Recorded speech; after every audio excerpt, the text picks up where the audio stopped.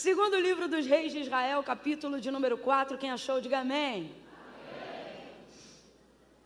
Diz assim o texto. Moça aqui, ó, traz aqui mais para perto, irmã, senão eu vou ter que fazer uma viagem toda vez que eu for aí.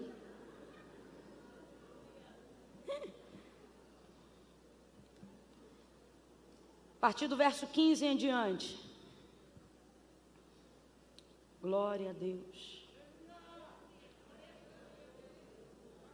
Obrigada, hein? Diz assim o texto. Então disse Eliseu, chama. Então disse Eliseu o que, gente? Chama. E chamando a ele, ela se pôs à porta. E disse Eliseu, disse quem, gente? Eliseu. Quem, gente? Eliseu, o profeta, ele disse assim: por este tempo, daqui a 1 ano, tu abraçarás a um filho. E respondeu ela: não, meu senhor, homem de Deus, não mintas a tua serva. Mas a mulher concebeu, eu vou repetir. Disse Eliseu: por este tempo, daqui a 1 ano, tu abraçarás a um filho. Pelo que respondeu ela: não, meu senhor, homem de Deus, não mintas a tua serva. Mas a mulher concebeu. Era mentira, gente? Era mentira, gente? Mas ela creu? Ela creu? Não, mesmo assim ela concebeu. Mas a mulher concebeu e deu à luz a um filho, no tempo determinado no ano seguinte, como Eliseu lhe dissera. E tendo crescido o filho, certo dia saiu a ter com seu pai, que estava com os segadores, e disse a seu pai: ai, a minha cabeça, ai, a minha cabeça. E o pai dele disse a um moço: leva o menino à sua mãe. E ele o tomou e o levou à sua mãe. E o menino esteve sobre os joelhos dela até o meio-dia, e então o menino morreu. E subiu ela e deitou-o sobre a cama do homem de Deus, e então fechou a porta e saiu. Chamou a seu marido e disse: manda-me um dos moços e uma das jumentas, para que eu corra ao homem de Deus e volte. E perguntou ele: por que tu vais a ele hoje, se não é lua nova e nem sábado? E ela disse: tudo vai bem. Então ela albardou a jumenta e disse ao moço: guia, anda e não te detenhas no teu caminhar, senão somente quando eu te disser. Diga amém por essa palavra. Deus colocou algo em meu coração e Ele me disse para falar categoricamente para todos aqueles que estão ao alcance da voz profética nessa noite. Ele disse assim: olha, diga ao meu povo que não antecipe a notícia de resultado da busca deles. Não se precipite em querer trazer respostas de algo que você ainda está buscando. Não se precipite em dar notícias que você ainda não tem. Não ceda à pressão de quem quer ouvir de você um apontamento rápido, uma direção rápida. Não se obrigue por ter vindo hoje aqui buscar ao Senhor, chegar em casa e ter uma resposta definitiva acerca de algo que ainda está no processo da sua busca. Deus está dizendo: você não está obrigado a nada disso.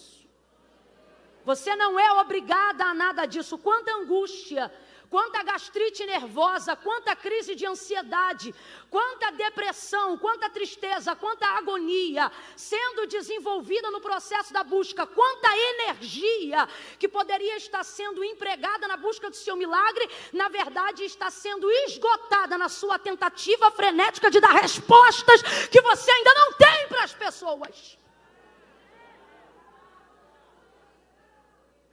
As pessoas querem saber se é cumprimento de profecia, se não é.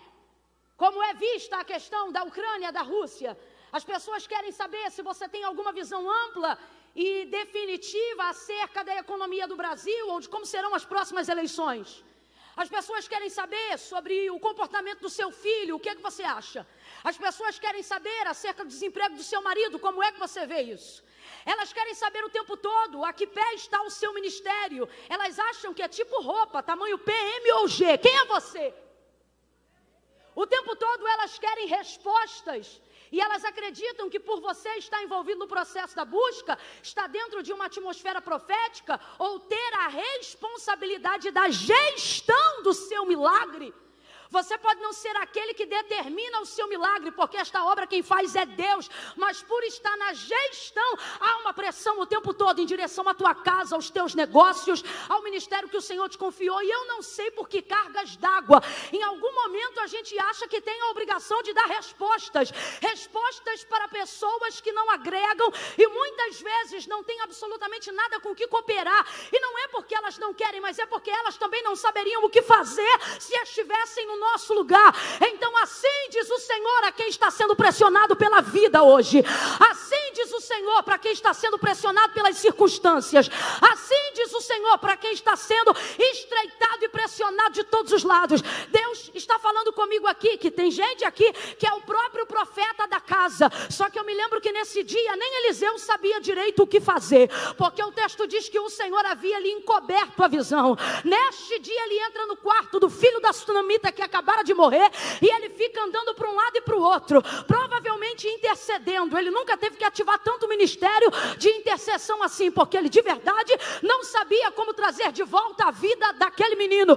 E tem gente que está aqui, se não se sente pressionado na condição da sunamita, se sente pressionado na condição do profeta, dizendo: ora, eu sou profeta, eu tenho que fazer alguma coisa, mas na verdade você está andando de um lado para o outro, e o Senhor está dizendo: por que você quer antecipar a resposta de um processo que já está em andamento? A resposta vem de mim, diz o Senhor.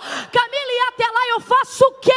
Pega na mão de alguém e diga para essa pessoa: e agora? Você só busca, você só busca, você só intercede. A oração vem de ti, a resposta vem de Deus. A intercessão vem de ti, a resposta vem de Deus. A busca vem de ti, a direção vem de Deus. Camila, e a pressão que se pressione, eu vou esperar no Senhor. Eu vou gerar intimidade com o milagre que o meu Deus quer fazer. Vou contar de 1 a 3 e você vai respirar aliviado agora. É 1, 2, 3, respire fundo. Vem, solta. Vai deixar esse fardo aqui hoje. Você vai deixar esse fardo aqui hoje. Ei. Você vai chegar em casa de boa nessa noite. Tem gente que vai chegar já com ressaca de que começou a beber do dia anterior. Tem gente que vai chegar trocando as pernas. Outros vão chegar com a cara roxa porque apanharam não sabe de quem, tomaram tombo, caíram e não sabe nem de onde. Você vai chegar e alguém vai dizer: o que foi? Parece que está leve? Estou voando. Por quê? Larguei o fardo. Larguei o fardo. Pare de antecipar. Pare de se obrigar a atender a necessidade de pessoas que também não saberiam o que fazer se estivessem no seu lugar. Espera!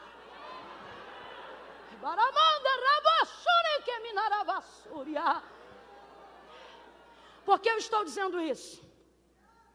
Só para você ficar incluído, né, dentro do contexto profético histórico do texto que a gente acabou de fazer menção. O texto trata sobre a sunamita, uma mulher que muito hospedeira, né? Servia a sua comunidade local como uma boa israelita. E ela vai servir o profeta Eliseu. Quando ele passava por aquela região, geograficamente falando, provavelmente indo em direção ao Carmelo, para dar continuidade à busca que aprendeu com seu mentor Elias, né? A prática boa da oração, esse bom hábito. Acabou orando geograficamente no mesmo lugar. E aí, aquilo ali fazia parte do mapa da trajetória de Eliseu. O texto diz que ela via ele passando por lá. Um dia o constrangeu a comer pão. Pão aqui é termo genérico para refeição. Não significa que ele entrava só para comer pão. E aí ele entra e começa a desenvolver uma comunhão, um relacionamento com aquela casa, com aquela família, com o marido dessa mulher. Enfim, com tudo que acontece ali. Essa mulher fica impactada, não necessariamente com o ministério profético de Eliseu. Na verdade, ela nem se relaciona com o ministério profético de Eliseu. Mais para frente a gente vai entender que ela, na verdade, não se relaciona com o ministério profético dele, porque tem um trauma velado ali. Todavia, ela se afeiçoa ao caráter, à integridade, à honra de Eliseu. Ela começa a admirar quem ele é, independente daquilo que ele é capaz de fazer. Tanto que ao dar testemunho do seu marido para a construção do quarto que eles fariam junto ao muro da casa, ela vai dizer: marido, eu tenho visto que esse que sempre passa por nós, ou seja, sempre passa aqui, não é passa na rua, ali já havia atividade de comunhão, entrada de casa. Então quando ela diz esse que sempre que passa por nós, ela está dizendo esse que frequenta a nossa casa, que está sempre aqui com a gente, ou seja, esse que a gente tem conhecido de perto.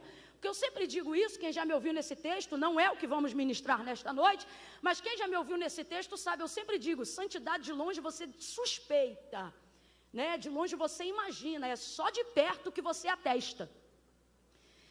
Só que Eliseu tem um tipo de vida que de longe, tudo aquilo de bom que você acha que ele é, de perto se confirma. E esse é o tipo de vida que a gente tem que viver aos olhos dessa nuvem de testemunha que nos observa.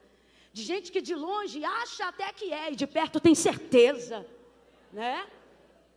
Ela disse então, dando testemunho, marido esse que sempre que passa por nós, eu tenho visto que ele é um homem santo. Completa aí, gente, ele é um homem santo.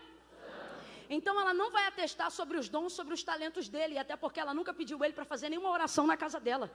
Ela vai atestar sobre a integridade do seu caráter, da sua honra, e ela vai dizer, marido, ele é santo. Isso é extraordinário porque mostra para a gente que a santidade prepara lugares excelentes e exclusivos para você. Vou falar de novo. Isso é maravilhoso porque mostra que a santidade prepara para você lugares excelentes e exclusivos. Isso está provado aqui, porque o texto afirma que a mulher era rica. Completa aí, minha gente. A mulher era... E que mulher rica, hospedeira, sendo alguém que atende a comunidade local, não vai ter quartos sobrando na sua casa? Ela tinha vários quartos sobrando em casa, mas hospedou Eliseu definitivamente em algum deles? Não, porque ela poderia receber muita gente, mas santo igual Eliseu, e é a primeira vez que ela ficou impactada com isso. Então ela preparou para ele um quarto inédito, um quarto que na verdade nunca recebeu ninguém. Porque quando você se santifica, o que Deus prepara para você é personalizado, é exclusivo. Não cabe em outro modelo que já foi utilizado. Uma outra coisa é que essa santidade promove para Eliseu um tempo de estabilidade. Então, por causa da santidade, ele recebe o quarto. Não recebeu por causa dos dons, não recebeu por causa do talento, não recebeu porque profetizava, não recebeu porque era do manto, não recebeu porque tinha variedade de línguas, não recebeu porque curava enfermos, não recebeu porque ressuscitava mortos. Ele tinha autoridade para tudo isto, mas recebeu, diz o texto, que a mulher construiu junto com o marido porque ele era santo. Então isso aqui comprova, não é talento que te dá longevidade. Talento pode te dar oferta, talento pode te dar porta aberta, talento pode te dar até um contato, uma network, mas estabilidade só vida santa. Estabilidade quem te dá é santidade. Prepara um quarto definitivo só dele para ele. Ninguém entra no quarto dele. Ele fica tão constrangido com aquilo que ele sente necessidade de abençoar ela com o que ele tem, com o que ele pode. E o que ele tem? Poder e autoridade concedida do alto, virtude dobrada sobre a unção que repousava sobre a vida de Elias. Então ele diz assim, Geazi, vai lá nessa mulher e pergunta para ela se ela quer, se ela deseja que nós façamos algo por ela, se ela quer que eu fale com o rei, se tem alguma coisa que a gente pode fazer por ela. Geazi vai lá, pergunta, a mulher diz, olha, eu não preciso de nada, eu estou no meio do meu povo. Até porque você não pergunta para uma pessoa rica o que ela precisa. Essa mulher, quando hospedou Eliseu em sua casa, ela não perguntou o que ele precisava, o texto diz que ela o constrangeu. O que é o constrangeu? O impeliu. A semeadura dessa mulher na vida de Eliseu não é semeadura de oferecimento. Ela não esperou autorização para saber se podia abençoar. Eu tenho uma filosofia que eu carrego comigo, implantada pela minha avó materna. Ela dizia para a gente continuamente, quando alguém chegava em casa para poder, uma visita, né? Ela dizia, quem quer dar não oferece, entrega. Era um jeito de dizer assim, quando você está disposto a fazer algo por alguém, você não depende nem da autorização de quem você quer dar para fazer. Foi isso que essa mulher fez com Eliseu. Quando ela o convenceu, o constrangeu, diz o texto, isso aqui é constrangimento positivo, significa que ela o impeliu a entrar em sua casa. Ela fez algo que tornou a condição dele inevitável. Ele não tinha como rejeitar, ele não tinha como dizer não. Por quê? Porque quando você quer dar, quando você quer abençoar, você não depende, se a sua disposição for verdadeira, você não depende da disposição de quem vai receber.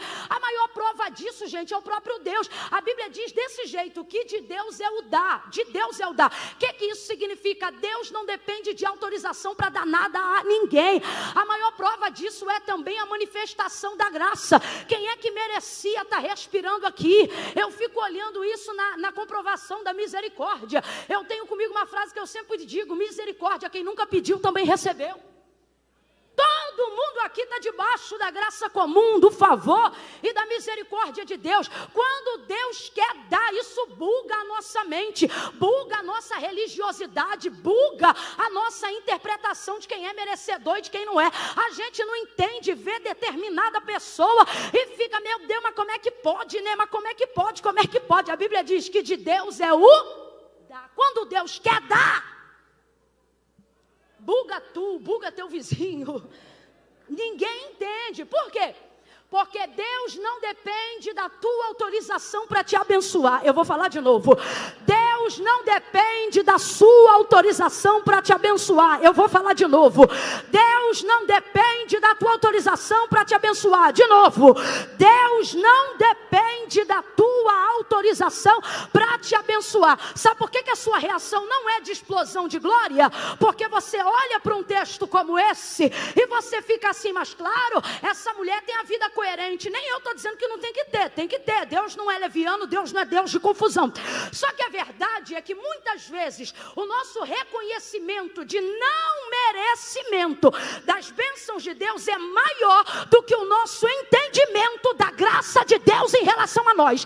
E aí o que é que isso provoca? Serviço desenfreado. A gente trabalha como ninguém, serve como ninguém, hospeda como ninguém, toca como ninguém, canta como ninguém, prega como ninguém, trabalha como ninguém, tira lixinho do banheiro como ninguém, serve na igreja como ninguém, vai fazer plantão como ninguém, cuida dos filhos como ninguém, da casa como ninguém, marido como ninguém. Mas na hora que alguém se coloca para abençoar, você diz, eu não quero, eu não preciso, e ainda pensa, é porque eu não mereço e porque eu sou humilde. Deus está dizendo, tem duas formas: eu posso quebrar teu orgulho te quebrando, ou eu posso quebrar teu orgulho te abençoando.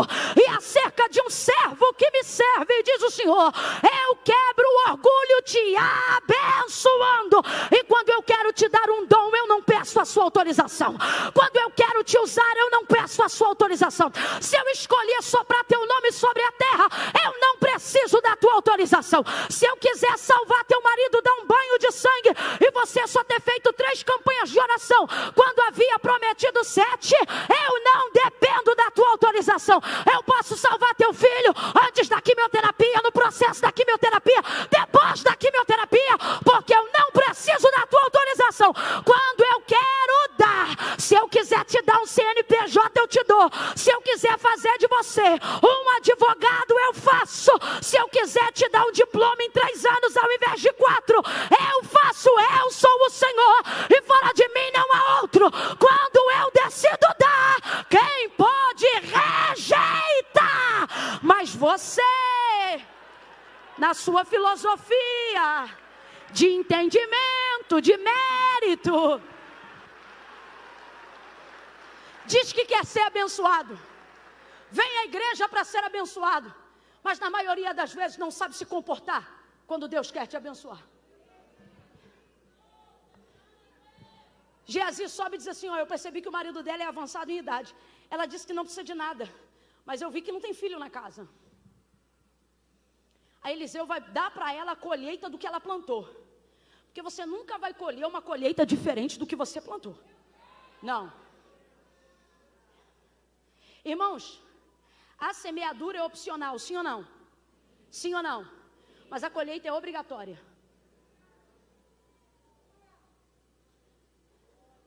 Por que tem gente que vem aqui, nem serve Deus com a mesma entrega que a gente serve, mas acerca da lei da semeadura, colhe do mesmo jeito? porque é lei. Eu falei que é profético? Não, eu falei que é. Falei que depende de fé? Não, eu falei que é. Lei é lei. Tudo pois que o homem semear, tudo pois que o homem plantar, isso ele vai. Qual foi a colheita que essa mulher fez na vida dele? Ela perguntou se ele queria entrar? Ela perguntou se ele queria comer? Ela deu opção a ele de rejeitar o que ela já estava determinada a fazer? Não, por isso o texto diz que ela o constrange. Quando você está determinado a plantar, irmão.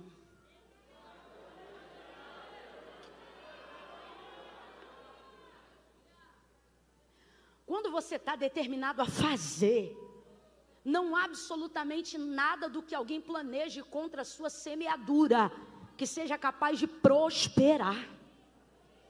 Ah, Camila, eu dei uma coisa para fulana, fulana nunca usou. O problema é dela que não usou. O que importa é que você deu, irmão. Ah, eu sempre oro pelo fulano, não vejo a mudança. Não é de você ver a mudança, a sua obrigação é orar, sua plantação, sua semeadura. Porque uma coisa é certa, na hora da colheita, oh meu Deus do céu, eu vou falar de novo, na hora da colheita,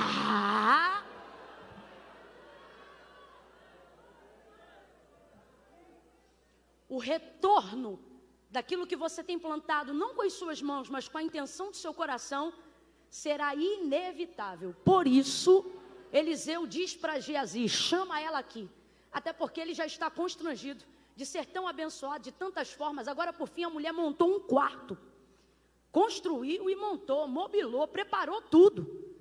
Aí ele não aguenta, ele diz, chama ela aqui. Quando ele chama, ela para na porta. Quando ele para na porta, aí Deus agora vai usar todo o exercício profético de Eliseu. Ele vira em direção a ela e ele diz, neste tempo determinado, o que é isso? Ele deu prazo. Neste tempo determinado, tu conceberás. Ele perguntou se ela queria ter um filho? Ele perguntou se ela desejava ter um filho? É óbvio que dentro daquele contexto, levando em consideração tudo que circulava a vida daquela mulher naquela época, ela queria ter um filho, ela sofria por não ter um filho, mas infelizmente há um rastro aqui que não permite ela manifestar o desejo do seu coração, porque quando você está diante de alguém que você não crê que pode satisfazer o desejo do seu coração, você não entrega isso para essa pessoa, a fim de manter o relacionamento, a fim de manter a amizade, a fim de não estragar a conduta, não toca na ferida. Só que ele vai tocar, porque normalmente a maior área da ferida é também a área onde está o objeto do nosso desejo. Normalmente as coisas que você menos gosta de abordar, os assuntos que menos você gosta de falar, normalmente são as áreas que você foi ferido e as áreas que tem muito a ver com aquilo que Deus quer te usar para transformar. Por isso pela boca você pode até dizer que não quer, que não precisa, mas Deus está vendo que normalmente dor e desejo estão no mesmo lugar. Olha Deus visitando o desejo aí. Olha Deus visitando o desejo aí. Gente, eu estou falando isso aqui, estou sentindo de Deus um temor. Aquele que habita em meio aos louvores, me ajuda só nesse momento aí. Toque algo, eu não vou cantar. Venha você num espontâneo, algo bem forte. Porque aquele que habita em meio aos louvores está dizendo para mim, dá um tempo que eu vou passar em revista agora. Eu vou passar em revista, eu estou visitando desejos. Eu estou visitando desejos. Coisas que você diz que não quer mais, mas ainda quer. Coisas que você não expressa mais a sua fé, mas ainda acredita. Coisas que hoje fazem mais parte da dor do que do seu desejo. Mas Deus está dizendo, vou visitar o seu desejo, vou curar a sua dor. Vai doer, mas eu vou tocar, porque o lugar do seu desejo também se tornou o lugar da sua dor. E o lugar da sua dor também se tornou o lugar do seu desejo. Mas eu vou resgatar o desejo e curar a tua dor. Eu vou visitar o teu desejo e curar o teu trauma.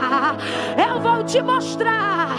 Eu vou te mostrar que não precisa ter medo de fazer supletivo, só porque você não concluiu o ensino fundamental, mas você nem quer saber da área do ensino, porque você diz: faculdade era meu sonho. E o Senhor diz: por que tu colocas no passado o que eu tenho guardado para ti ainda no futuro? Eu vou visitar a sua dor, eu vou ressuscitar os desejos que você abandonou por ter sido enganada, enganado, iludido, iludida, por ter se distraído, por ter dependido de alguém que não podia fazer aquilo que você desejava. Mas assim diz o Senhor, nesta conferência de adoração, eu vou te mostrar que nem tudo é dor, mas tem muito desejo aí que eu ainda vou realizar. Tá de mão abaixada porque levanta essa mão.